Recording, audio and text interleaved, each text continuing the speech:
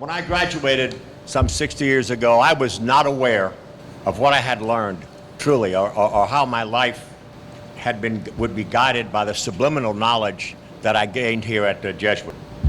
I chose the Army as a vocation, the infantry. When I took command, I had a draftsman do this sketch for me of a soldier.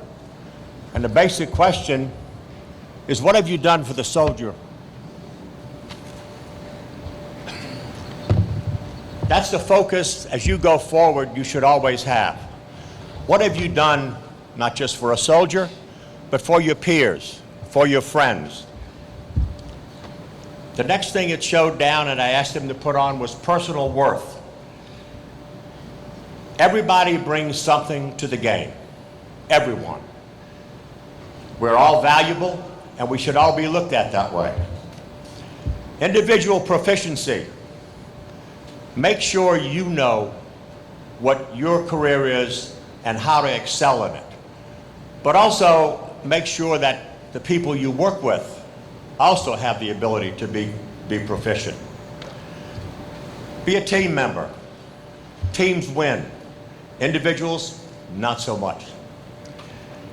And because it's military, tactical excellence. The excellence applies to any field. Ensure that your team attains excellence. Battle-proofed, the bottom words. That's for a soldier.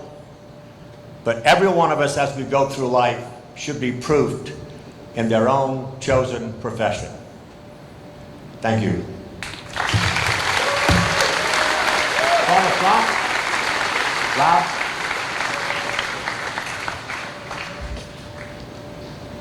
Father Frank, I'd like to present Jesuit with a copy of the sketch. Thank you very much. Thank you, guys.